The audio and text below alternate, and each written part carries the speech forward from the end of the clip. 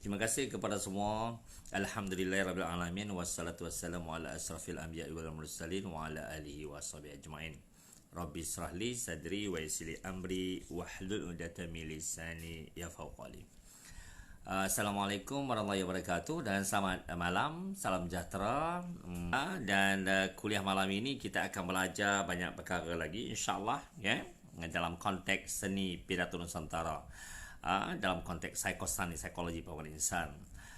Ya, mari kita belajar satu silibus pengajian paling penting pada hari ini yang menekankan aspek leadership, communication dan soft skill ataupun kepimpinan, kemahiran dan komunikasi yang saya rasa amat penting ya, bagi kita dalam konteks apa saja bidang yang kita ceburi. Okey, kepada semua, tajuk kuliah pada malam ini ialah tajuk kuliahnya kefahaman. Tajuk kuliah pada malam ini ialah kefahaman berfalsafah dalam seni pidato Nusantara. Dalam aspek kapsul disk psikosan yang merupakan tunjang modul pengajian kemahiran motivasi unggul yang kita lihat di Akademi Motivator Nasional Malaysia. Jadi kita menekankan aspek yang dipanggil di sini itu psikologi pembangunan insan yang menekankan aspek PMU, pidato motivasi dan usahawan. Kita bukan nak belajar berpidato saja, kita juga nak motivasi dalam diri kita. Dah ada motivasi, kita boleh menceburi bidang yang pelbagai, termasuklah kemahiran, pemasaran, perniagaan dan sebagainya, ya tak? Kerana ilmu dan ekonomi tak boleh pisahkan ya, dalam kita sebagai orang Islam mesti hebat ilmunya, hebat ekonominya, hebat ukhuwahnya dan juga aspek yang pelbagai. Kepada rakan-rakan kita juga jauh dengan dekat, tak kira boleh kongsikan video ini pada rakan-rakan kita yang lain dan ia membuat proses mengimarahkan keilmuan dalam konteks apa yang kita pelajari, iaitu seni komunikasi bicara intelek Nusantara, yang tentulah menekankan aspek memperkasakan bahasa Melayu Nusantara yang kalau negara kita Malaysia tercinta ini ia termaktub dalam perlembagaan negara, itu perkara 152, itu bahasa Melayu bahasa rasmi negara. Tu dia. Saya pun pakai uniform dalam kuliah ni. Siap berkod lagi ya. Ini situasi yang harus kita fahami bahawa semua disiplin tak dapat dinafikan dalam konteks apa yang kita bincangkan.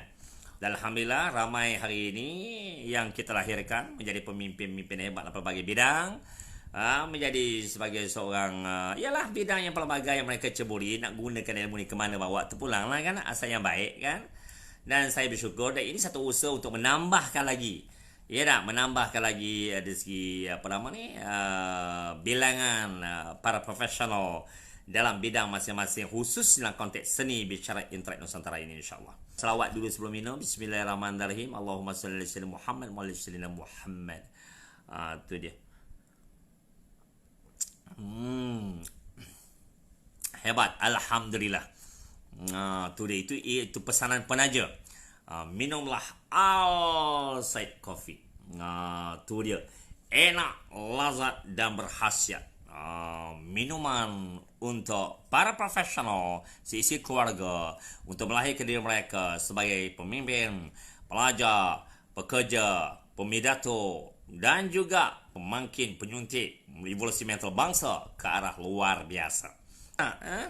Bahawa hari ini mesti lebih baik daripada semalam. Patah Arab ada mengatakan kalau hari ini lebih baik daripada semalam, maka bahagialah kamu. Kalau hari ini sama seperti semalam, maka sia-sialah kamu. Kalau hari ini lebih buruk dari semalam, maka celakalah kamu. Baik ambil yang kalau hari ini lebih baik dari semalam, maka bahagialah kamu.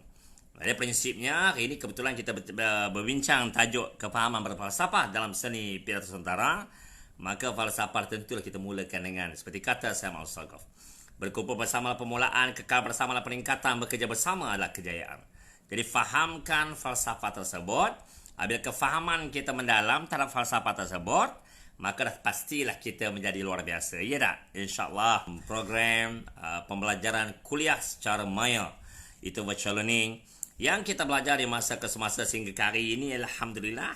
Jadi kita ni kena kerap-kerap falsafah, kena fahamlah makna falsafah tu apa. Dan kalau kita faham makna falsafah tu apa, maka kita akan tahu jati diri kita. Kita kenal diri kita, kita kenal bangsa kita, kita kenal negara kita. Kita kenal asal usul bahawa sebenarnya pembinaan sebuah negara bermula dengan bangsa dan bahasanya. Kekuatan bangsa menjadikan negara itu hebat. Kekuatan bahasa menjadikan bangsa dan negara itu hebat. Jadi inilah sebabnya kita belajar kuliah. Kerana di Akademi Mata Internasional Malaysia ni, keistimewaannya bila belajar di akademi ni ialah dia dapat teori, dapat praktis. Makna jana ilmu, jana pendapatan. Jana ilmu ini bermaksud kita dapat melihat kebijaksanaan kita bukan hanya dari segi hujahan kita, tapi yang penting secara berfikir. Kerana kita nak melahirkan lebih ramai lagi first class mentality, iaitu minda kelas pertama yang memiliki high order thinking, iaitu cara pemikiran yang luar biasa. Hari ini kita akan belajar, insyaAllah kita akan belajar satu bentuk pembelajaran secara virtual learning, secara pembelajaran secara maya. Dan program ini sebenarnya khususkan untuk para siswa Akademi Motivator Profesional Malaysia di seluruh negara yang belajar, namun dalam masa yang sama pada bakal-bakal para siswa akademi pun kita alu-alukan. Mereka yang berminat untuk mempelajari ilmu ini pun kita alu-alukan. Mula-mula kita faham dulu, kita kenal sikit sebanyak. Dah kenal maka baru kita cinta pada ilmu ini, insyaAllah. Dan akhirnya kita berkeupayaan untuk hadir datang kuliah. Dan ini konsep keilmuan. Saya mak yakin dan percaya keilmuan itu penting. Kerana apa? Kan terang-terang kita nampak idola kita Rasulullah sallallahu alaihi wasallam, Sayyidina Muhammad sallallahu alaihi wasallam. Kita nampak hadis-hadis sahih banyak menekankan aspek kalau kita nak dunia pun mesti dengan ilmu, nak akhirat pun mesti dengan ilmu, nak kedua pun mesti dah ilmu.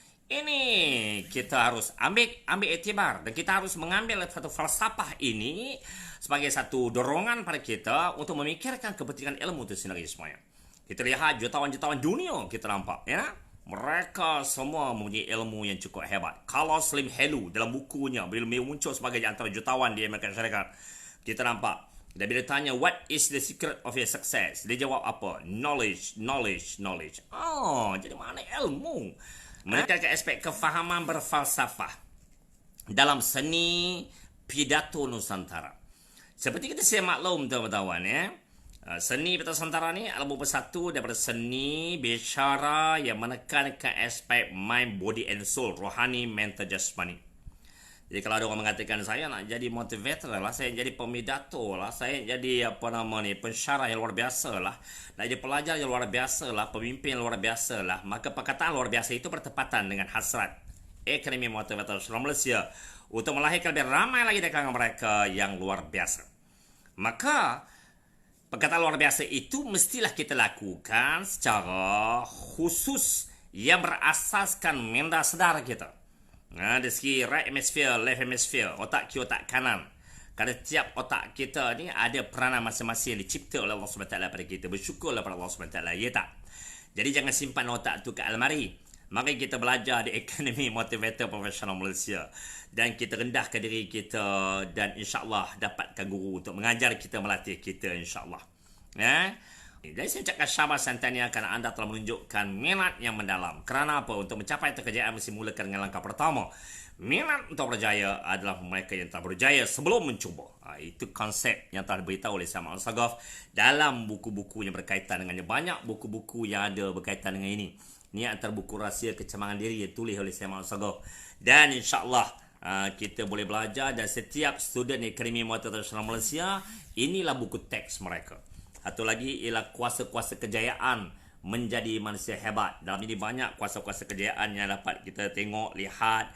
Antaranya kita nampak kuasa sikap, kuasa bangkit, kuasa sabar, kuasa daya pengaruh, kuasa ilmu, kuasa motivasi. Banyak yang kita nampak, dan ianya bertepatan dengan hasrat berfalsafah yang bersatu daripada elemen penting dalam seni pidato Nusantara yang kita pelajari untuk menjadi luar biasa tadi, kan? Saya sebut luar biasa tadi maksudnya ialah perkataan luar biasa itu sebenarnya, manusia luar biasa itu sebenarnya adalah manusia biasa yang berfikir dan bekerja secara luar biasa. Ya tak ya? Jadi kalau kita nak cara luar biasa, mestilah kita belajar pun cara luar biasa, bekerja cara luar biasa, berfikir cara luar biasa, bertindak pun secara luar biasa. Ya tak ya? Macam mana bertindak cara luar biasa? Itu jangan nasib menyalahkan orang saja. Jadi sindrom bangau-bangau tak boleh pakai lagi. Bangau-bangau, kenapa engkau kurus? Bagaimana aku tak kurus? Rumput tebal sangat. Rumput panjang sangat rumput, kenapa engkau panjang? Macam mana aku tak panjang? Kebau tak makan aku. Kebau pula salahkan apa benda pula. Salahkan apa? Katak tak panggil ke benda entah. Katak pula salahkan siapa tu? Ular tak. Ini keadaan dia. Jadi sebenarnya situasinya ialah kita tak boleh banyak sangat menyalahkan orang lain. Salahkan diri sendiri. Kerana kehidupan kita ini sebenarnya adalah bermasyarakat. Alangkah baik kalau kita nampak dalam konteks pidato dia ajar pada hari ini di Akademi Motivator Nasional Malaysia mengajar seni pidato. Itu bagaimana kita berhujah, bagaimana kita menerapkan nilai ukhuwah dan pertalian kita. Kita ada pantun kita, orang tua jangan bertongkat, rimba jauh nampak dekat. Kalau kita sudah sepakat, rimba di hutan dapat diikat. Macam tu sekali kita nampak kan. Kita akan ada interaksi dan berpartisipasi. Dan saya minta di kalangan para siswa untuk mereka mempraktiskan apa mereka telah belajar di konsep teorinya. Kerana gabungan teori dan praktis ini merupakan rahsia utama kelahiran seorang motivator dan juga orator, communicator, leader, counselor yang hebat daripada Akademi Motivator Profesional Malaysia. Dan ini falsafah yang perlu kita fahami. Tajuk kuliah pada malam ini, pidato bukan sekadar ucapan biasa saja, tetapi kuasa pidato mampu memperkasakan gaya bahasa. Betul, mereka ini faham itu sebab mereka dah belajar di dewan kuliah. Dan saya amat yakin dan percaya apabila kita memahami, maka timbullah perasaan mencintai. Bila kita mencintai, barulah kita dapat menggarapi ilmu tersebut. Dan lebih kita dapat mampu garapkan ilmu tersebut dengan baik, maka tibalah saat itu kita mampu menyerlahkan potensi dari apa yang kita pelajari, yang kita dilatih, diasah, digilap potensi tersebut.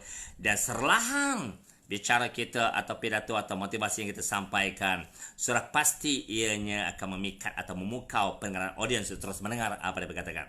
Maka tak salah kalau saya katakan kita nampak dalam buku ditulis oleh Syama Al-Sagaf, dia dikatakan bahawa sebenarnya dalam buku dia bertajuk 155 petua menjadi pemeta hebat. Dia dikatakan bahawa sebenarnya definisi seni pidato ialah seni pengucapan yang menggunakan atau memakai bahasa indah dengan tujuan untuk memikat atau memukau pendengaran audiens terus mendengar apa yang dapat dikatakan.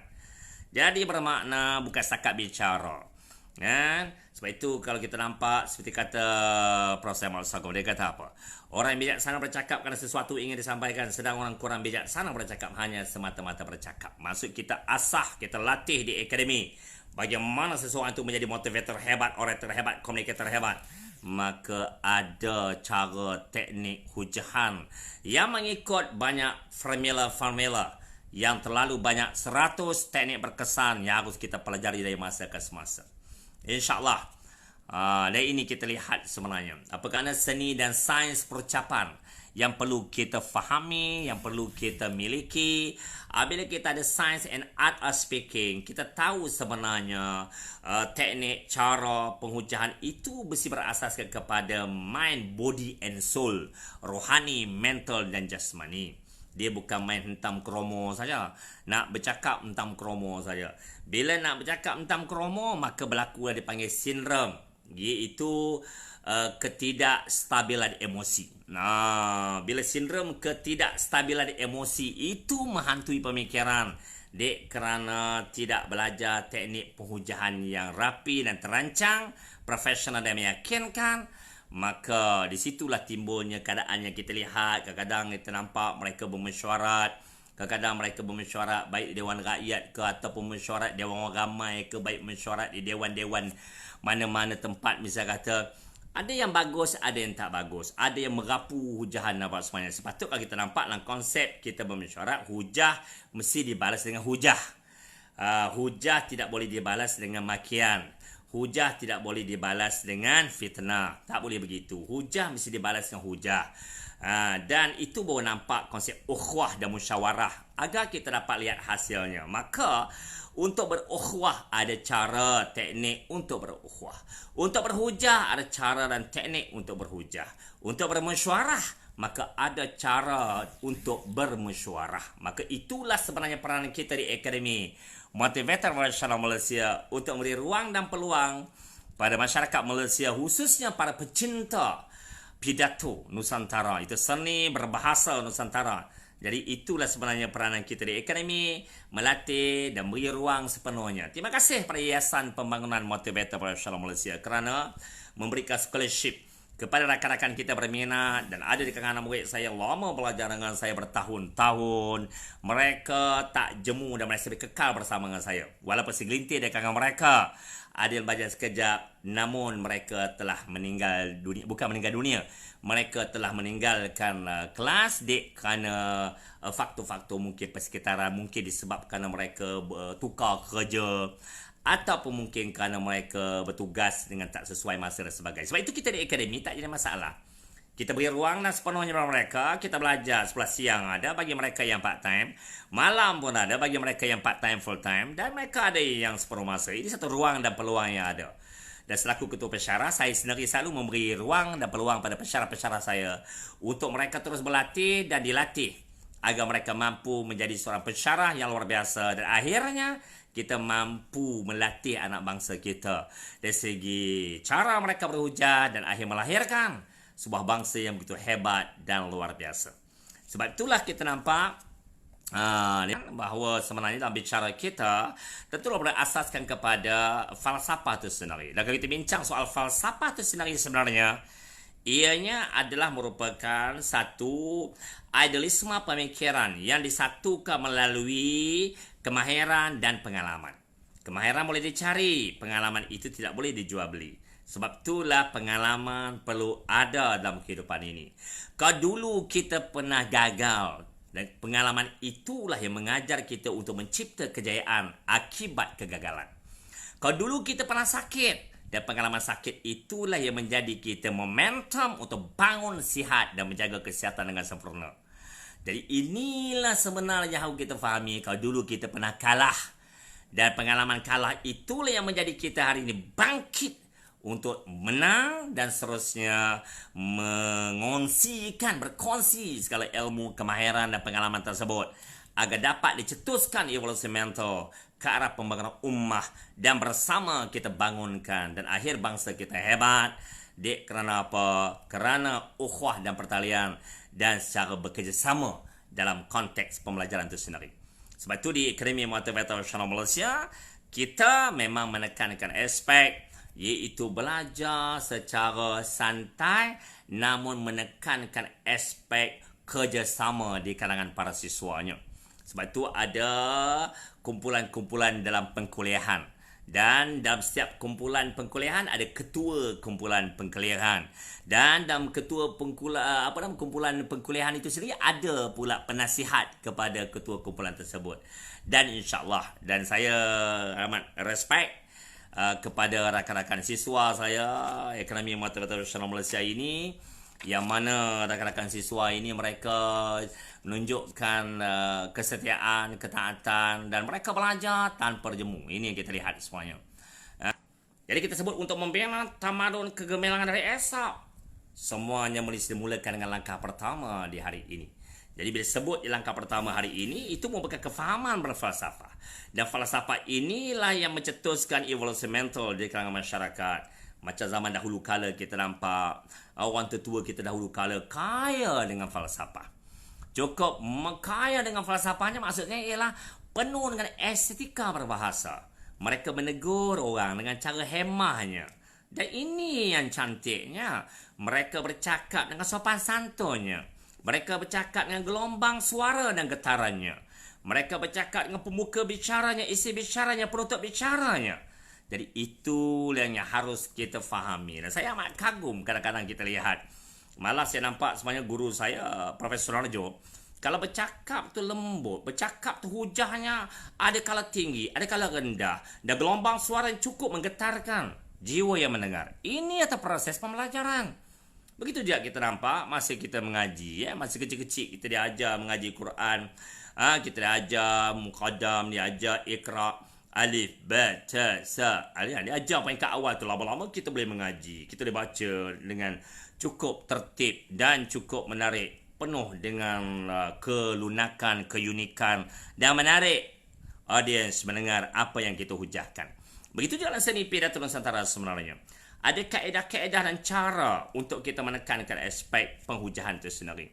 Mesti menarik, dan bicara kita mesti lunak, dan bicara kita mesti mantap. Keyakinan diri mesti ada, dan kita mesti mampu membuangkan segala 3K kaku keluh ketar, dan mampu membuang 3P pemalu penakut pendiam, dan mampu kita membuang 3M malu malas mati akal. Jadi alhamdulillah saya amat kagum pada para siswa saya di seluruh negara hingga ke Sabah dan Sarawak, dan saya amat kagum pada mereka. Mereka amat setia, mereka amat mentaati, mereka amat berminat. Ada di kalangan mereka peringkat awalnya tidak meminati ilmu seni Pihak Nusantara, tapi lama kelamaan mereka terus belajar hingga ke peringkat tinggi. Kalau kita lihat sebenarnya peringkat pengajian kita ada 4 kan. Asas, pertengahan, lanjutan, tinggi, pakar. 1 peringkat sampai kita nampak sebenarnya dalam kapsul DIS. Ada satu daripada satu unsur profesional yang akan kita pelajari, yang akan kita tekuni, dan kita akan lihat banyak aspek yang perlu kita pelajari dari masa ke semasa. Dan kalau kita lihat dalam kuliah ini juga, dalam kefahaman berfalsafah dalam seni pidato Nusantara ini, jadi kalau kita lihat tanjakan paradigma pemikiran, paradigm shift, saya amat yakin dan percaya sebenarnya kalau kita minat dan kita ingin merubah diri kita daripada keadaan kita jahil, tak tahu, kepada alim, tahu, ini bermakna sebenarnya itu proses kejayaan.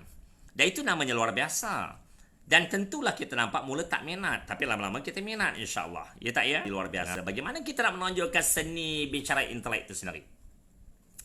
Caranya amat mudah. Bila kita nak menonjolkan seni bicara intelek, kita harus faham sebenarnya apa yang dimaksudkan dengan seni bicara.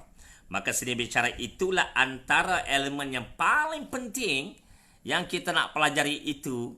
Ialah kita lihat, inilah termasuk malam ini kuliahnya disebut, iaitu kefahaman berfalsafah dalam seni pidato Nusantara. Mana falsafah adalah satu daripada elemen penting untuk menonjolkan seni bicara. Kenapa ia harus dikatakan intelek? Kerana kecerdasan minda ini mesti berasaskan kepada apa yang kita hujahkan itu. Asasnya ialah lahirnya daripada minda kita. Maka minda yang sihat akan menghasilkan luahan bicara yang sihat. Minda yang cerdas akan menghasilkan luahan bicara yang cerdas. Dan minda yang kritis, yang kreatif, sudah pasti akan melahirkan iaitu luahan bicara yang kritis dan kreatif. Apabila minda kita berserabut, luahan bicara kita berserabut. Apabila minda kita negatif, maka luahan bicara kita negatif saja. Orang lain salah saja. Tak ada yang betul. Kita saja yang betul. Ini sampai bila kita nak bersikap begitu rupa? Ya tak ya? Jadi terlihat bagaimana Rasulullah SAW seorang pakar pidato yang hebat. Ui, luar biasa. Itu dah ada pada tubuh Nabi, pada sirah yang telah dibawa oleh Nabi kita Sayyidina Muhammad SAW, semua ada kat situ. Tambah sekarang cantik. Saya ada 2-3 buku kawan hadiah dan saya juga beli, tak habis lagi baca tu.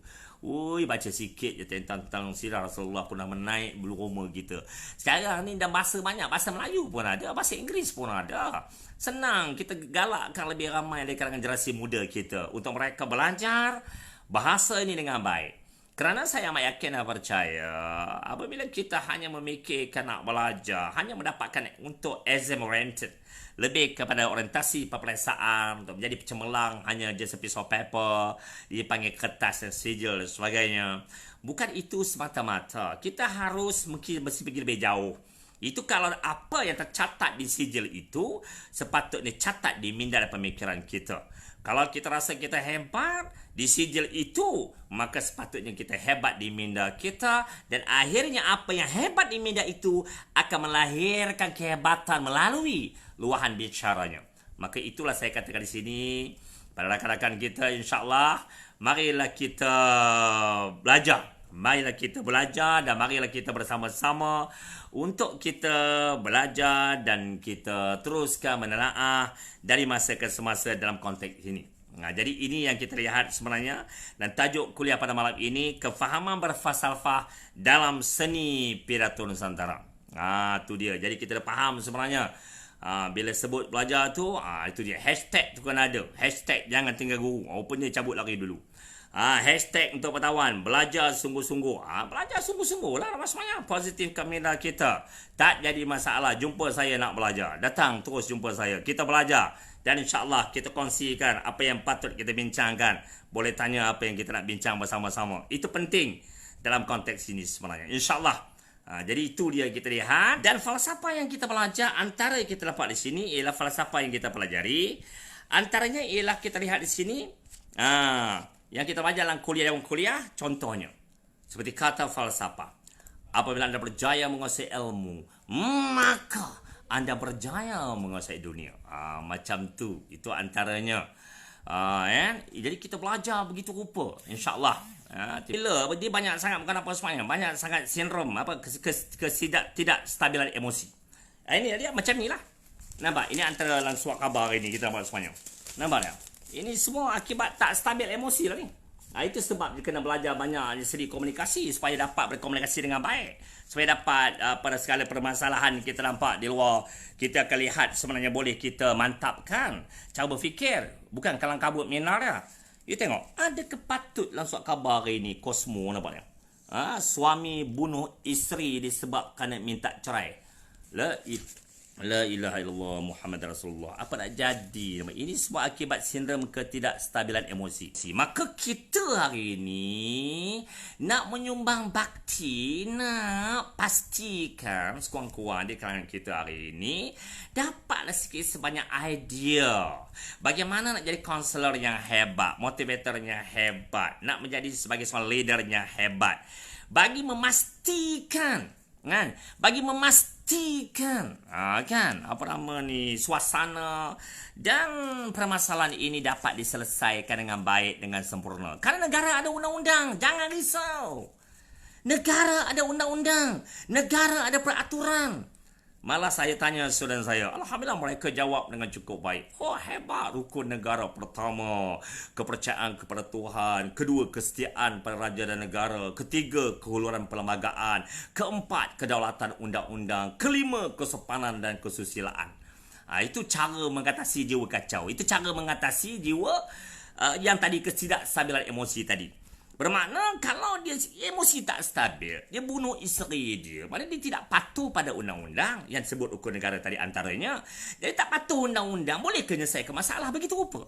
Macam dulu kita nampak, saya banyak tulis cerpen zaman dulu, dan ramai kawan-kawan pernah menongging, bisa kata idea dia orang dapat, tulis kat situ idea kan. Idea kan, tulis kat situ ada setengah untuk menyelesaikan masalah dengan cara hisap ganja, dengan cara hisap dadah. Jangan, na'udzubillahi min zalik, jauhlah daripada api neraka. Tu dia, jangan begitu rupa. Kita pesan bergenerasi muda, berkawanlah dengan orang baik-baik. Jangan berkawan dengan orang hisap dadah. Dan kita memastikan bantras. Dan kita pun kagum dengan pihak berkuasa yang menangani isu penagihan dadah dengan sempurna. Saya banyak dijemput bersyarah kemarin di AADK, Agensi Iktidarah Kebangsaan, di IPK Bukit Beruang, Melaka. Kita latih dan saya dijemput. Saya juga dijemput bersyarah di Jabatan Polis. Bila kita nampak di apa nama tu, di apa itu Merin di Pelabuhan Kelang tu, latih dan ada mes pegawai, kita latih. Kita juga diminta untuk saya melatih tentera laut Diraja Malaysia di base camp Lumut. Dan saya dapat pengalaman dan melalui perkongsian, perbincangan bersama mereka, banyak perkara yang saya dapat simpulkan, dan ia membantu saya dalam penulisan saya. Itu kita lihat sebenarnya isu seperti buang anak, isu seperti gejala dadah, isu gangsterism, isu-isu penderaan anak-anak, termasuklah surat khabar hari ini. Takut saya dengarnya. Kaitan yang kita bincang ini itu falsafah. Falsafah kejayaan. Falsafah kejayaan ini termaktub dalam modul silibus pengajian kemahiran seni bicara intelek Nusantara, yang merupakan satu elemen penting dalam psikosan, psikologi pembangunan insan. Jadi itu namanya kefahaman berfalsafah. Jadi bila kita ada kefahaman berfalsafah, itu cantik. Mari kita falsafahkan. Kita kata apa? Apabila anda berjaya menguasai ilmu, maka anda berjaya menguasai dunia. Jadi saya menyeru pada anak-anak murid saya, pada siswa Akademi Mata Nasional Malaysia, bila anda menjadi sebagai seorang kaunselor yang hebat nanti Tuan Pengetahuan, dan rangka program yang kita rancangkan dalam collaboration yang telah kita buat. Terima kasih kepada rektor menyokong kita. Jadi insyaAllah kita melahirkan lebih ramai lagi di kalangan. Maka ada prinsipnya. Seperti kata prinsip Samuel Sogov, hari ini adalah perjuangan, esok adalah pengharapan, dan lusa adalah kemenangan. Maknanya kita lihat ada falsafah perjuangan, kita gunakan itu. Maka silibus-silibus pengajian kita yang ada di Akademi Mata Nasional Malaysia ni, ada buku-buku falsafahnya. Ada banyak-banyak buku falsafah yang harus kita pelajari. Bukan sahaja kita mampu menghafal falsafah tersebut, tapi paling penting sekali memahami, menghayati, menghafal. Dan akhirnya kerana penghafalan yang kita lakukan secara sempurna, akhirnya kita mampu melafaz dengan baik. Dan asas penting sekali ialah kefahamannya. Maka kefahaman berfalsafah dalam seni pidato setara ini amat penting. Punca masalahnya orang kita ni stres dengan depres. Itu masalahnya.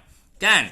Jadi ni kita lihat sebenarnya. Jadi kita nak hebat masuk bertanding pidato lah. Kan? Nak tanding pidato, saya bersedia ke tempat tanding pidato. Bawa orang kita. Kan? Itu zaman kita kemarin. Saya ni tak pandai pidato sangat. Tapi saya diminta untuk mengajar pidato. Tu yang kita harus lihat bagaimana kita nampak. Pengalaman saya bersama dengan Samsul Debat. Ustaz Samsul Debat. Tu sahabat saya tu. Kita sama-sama kemarin memecah rekod kebangsaan.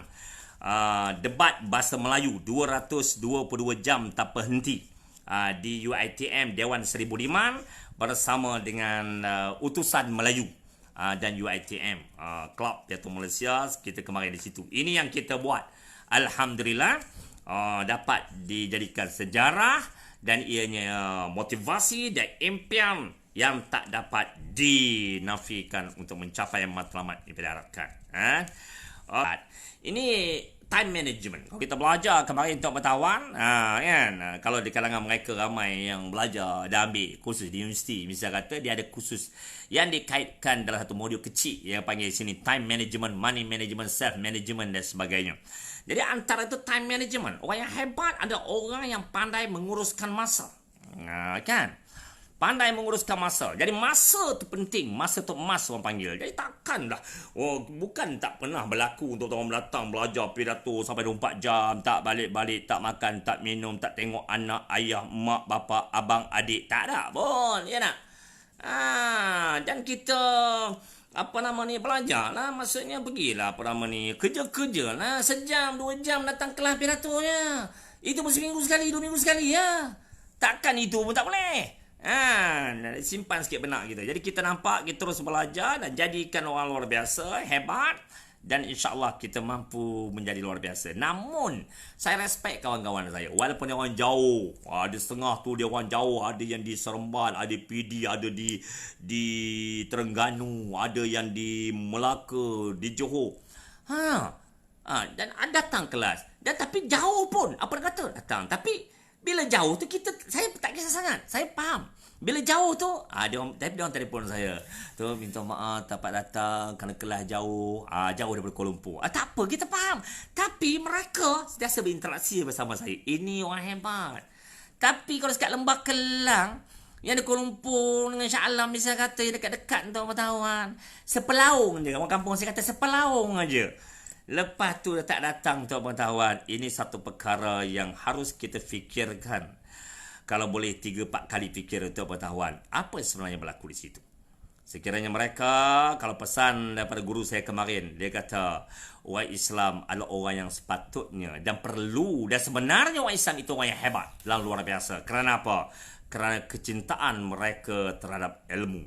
Sebab itulah kita nampak hadis sahih. Bila tekankan aspek itu, mengatakan bahawa bila matinya anak Adam itu akan terputus segala amalan kecuali 3 perkara. Yang pertama sedekatun jariah, yang kedua ilmu yang bermanfaat, dan yang ketiga anak-anak soleh mendoa ibu bapa. Mana ilmu yang bermanfaat itu? Jadi kalau kita mengatakan dah payah nak belajar cari ilmu, macam mana? Sedangkan apa yang kita pelajari pada hari ini, apa yang telah kita bentang kepada hari ini, peluang yang ada untuk belajar ni ilmu kemahiran hidup. ilmu seni berkomunikasi, seni meluahkan falsafah dan bicara. Bila kita mampu meluahkan falsafah dan bicara dengan baik, maka gunakanlah ia dalam konteks yang pelbagai. Kalau anda seorang pelajar, janganlah pelajar yang cemerlang. Bila sekolah cikgu buat dia pertengahan pidato, join. Jadi pengawas, jadi ketua kelas. Tak faham tanya cikgu, berani, ada keyakinan, latih begitu rupa. Ya tak? Seorang pelajar, pekerja yang hebat bila belajar komunikasi. Dia jadi pekerja yang boleh diharapkan oleh bosnya. Dan bosnya akan minta dia jadi MC, akan minta jadi pengurusi dalam majlis, akan minta untuk public relation officer, pegawai awam, akan minta untuk memberikan taklimat dan sebagainya. Maka naik nilai tambah itu. Seorang pelajar, pekerja, peniaga. Seorang peniaga yang hebat belajar pidato ini untuk pengetahuan. Dia ada keyakinan diri dan mampu bercakap dengan baik. Kalau produk baik, mampu terang dengan baik dan sebagainya. Berkomunikasi dengan baik untuk pengetahuan. Bercakap benda yang baik, bukan mengatur orang dan sebagainya, bukan memfitnah orang. Bercakap yang baik dan menaikkan semangat orang lain dan mendorong untuk membeli dan menggunakan faedah-faedah pelbagaian yang begitu hebat dan sebagainya. Gitu dia. Kalau pemimpin sekalipun, ramai di kalangan murid saya wakil rakyat hari ini untuk pengetahuan. Mereka datang belajar dan sebagainya. Datang belajar di akademi. Dan akhirnya pemimpin yang baik. Mereka jadi pemimpin yang hebat luar biasa pada hari ini. Kenapa? Kerana pemimpin yang hebat ini bukan saja kehebatan mereka memegang jawatan dalam kepimpinan. Tetapi sejauh mana mereka mampu menterjemahkan kebaikan melalui bicara personal mereka. Terus mendepani khalayak. Dan mereka sampaikan dengan bicara yang menyedapkan hati orang yang dipimpin, menyedapkan hati rakyat, membantu rakyat, membangunkan rakyat melalui bicara mereka, melalui kata-kata mereka, melalui susunan bicara mereka, cukup untuk menaikkan semangat bangsa dan negara mereka. Itu antaranya. Begitu juga motivator. Motivator bukan hanya nak baca buku saja. Kena belajar cara hujahan. Kena belajar cara nak beri motivasi ke orang lain. Kedua keadaan, motivasi lain, motivasi lain. Kita jangan wujudkan sindrom kemengantukan di kalangan audiens. Jadi kita harus wujudkan sindrom membangunkan minda dan celikkan minda mereka agar ia tepat rapat lipatan kotak pemikiran mereka dan sebagainya. Itu sebabnya kuliah kita hari ini adalah seni pidato Nusantara ala Samuel Sogov yang digabung jalin antara Timur dan Barat. Jadi saya gabungkan Timur dengan Barat. Timur saya belajar dengan Ruas Sunarjo di Indonesia, di Padang Panjang. Dan akhirnya untuk pengetahuan, di Barat saya belajar dengan Mehdi Fakhrizadeh, Norman Levin, Dr. Danny Whitley, Dr. Eric Westcott dan sebagainya, Kazuka Shibata. Dan ini adalah merupakan anak murid saya, anak guru saya, dan saya menjadi murid mereka dan belajar. Dan saya gabung jalinkan dua aspek ini dari segi teori dan praktisnya. Maka formula-formula yang berkait rapat dengan soal Timur dan Barat ini insya-Allah ia menjadi trust modul pembangunan insan yang dilatih, yang diajar, diserlahkan di Akademi Motivator Profesional Malaysia. Satu-satu organisasi pendidikan kemahiran motivasi unggul di Malaysia, dan kita akan terus memberikan rangsang dan motivasi di kalangan masyarakat kita, dan itulah kita pada hari ini insya-Allah. Itu dapat. Terima kasih dan kita jumpa di Dewan Kuliah insya-Allah. Terima kasih para rakan-rakan kita, para rakan siswa kita, dan pahami falsafah dengan baik. Dan sebelum saya tutup, ingat semula dalam buku ini banyak falsafah-falsafah yang berkaitan dengannya. Antara falsafah kita nampak di sini sebenarnya yang saya masuklah FB saya tadi, saya dah banyak terima kasih rakan-rakan yang like, love and share. Tadi saya katakan bahawa semasa dia kata Samuel Sogov. Dia kata apa? Dia kata gantungkan semangat dan keazaman setinggi bintang di langit. Dan semaikan benih-benih kejayaan dalam diri sedalam-dalamnya, sedalam mutiara di lautan. Jadi itu yang kita lihat, falsafah yang akan membawa kepada keperkasaan minda dan seterusnya kepada kekuatan rohani, mental, jasmani untuk mencipta keluarbiasaan. InsyaAllah. Satu lagi falsafah ialah ingat ini, seperti kata falsafah Samuel Sogov. Jika sitis air dapat menghasilkan ombak dan badai, maka sitis keringat dapat menghasilkan anak bangsa yang berjiwa negara. Jadi itu antara yang kita nampak falsafah. Dan yang paling penting, fahami ia dengan baik. Kerana kuliah malam ini berkaitan dengan soal kefahaman berfalsafah dalam seni pidato Nusantara bagaimana ianya akan dilakukan. Maka sambungan-sambungannya akan ada selepas ini dan kuliah-kuliah yang berikut yang akan datang. InsyaAllah nanti-nantikan bulatkan pemikiran jadi seperti gelas yang kosong untuk menerima ilmu itu dan terus belajar, rendah diri, sumbang bakti pada masyarakat dan negara kita. Doakan pada pemimpin negara kita, doakan negara kita agar aman, harmoni, agar mereka berjaya melakukan tugas mereka, memimpin negara dan rakyat dengan sempurna, dan ikhlas mereka, jujur, dan mereka taksir pada negara mereka, mengutamakan rakyat kita sendiri dibandingkan dengan orang lain di luar sana. Assignment kita, dia kata apa? Huraikan falsafah kejayaan yang telah direalisasikan oleh tokoh-tokoh pejuang bangsa kita dahulu kala. Kan macam tu bunyinya. Mana pejuang bangsa kita dahulu kala kita nampak menggunakan falsafah. Banyak kita nampak kan. Macam Zakbar. Saya bila amat menggunakan apa? Seperti kata peneliti Zakbar, kemajuan atau kejayaan satu bangsa itu bergantung pada 3 perkara utama. Pertama, kelakuan menjabat cermat. Kedua, perkasaan ilmu. Ketiga, kemantapan akhlak yang mulia. Ini falsafah mereka cukup luar biasa. Seperti kata falsafah Dato' Onn Jaafar, ini tanah kita, ini bangsa kita, ini negara kita. Siapa mereka untuk menentukan tanah kita, bangsa kita, negara kita? Banyak falsafah yang ada. Falsafah Laksamana Hantuah juga begitu uncapnya. Takkan Melayu hilang di dunia. Itu falsafah mereka. Ini ambil lah. Itu falsafah tokoh-tokoh dulu kalau. Tokoh sebelum kemerdekaan, pasca kemerdekaan, dan pengisian kemerdekaan. Dan hari ini kita dah jauh 60 tahun lebih mereka mengisi kemerdekaan. Maka itu atau tokoh-tokoh yang kita nampak. Teruskan berjuang untuk negara kita. Jangan tanya apa semangat negara terhadap anda, tanya apa semangat anda terhadap negara. InsyaAllah. Marilah kita ambil kesempatan. Terima kasih kepada semua. Share-sharekan video ini pada rakan-rakan kita agar dapat diimarahkan pada semua. Dan marilah kita hadiahkan Al-Fatihah pada junjungan besar kita Nabi Muhammad SAW, bersama keluarga dan sahabat-sahabatnya, pada guru-guru kita, bapa kita yang hidup atau meninggal dunia. InsyaAllah. Al-Fatihah.